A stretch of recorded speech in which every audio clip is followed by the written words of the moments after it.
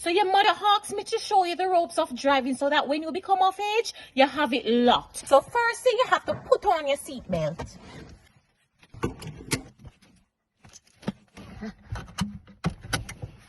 Ready. And then you have to drop your seat so that you're comfortable, so that your foot can touch the gas and the brake.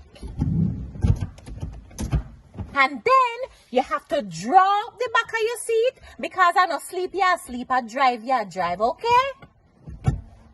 All right. You're not uncomfortable? Is learn you come for learn or talk you come for talk? Learn. And next thing, you have to ensure that your motor insurance is up to date so that you are protected when you go on the road.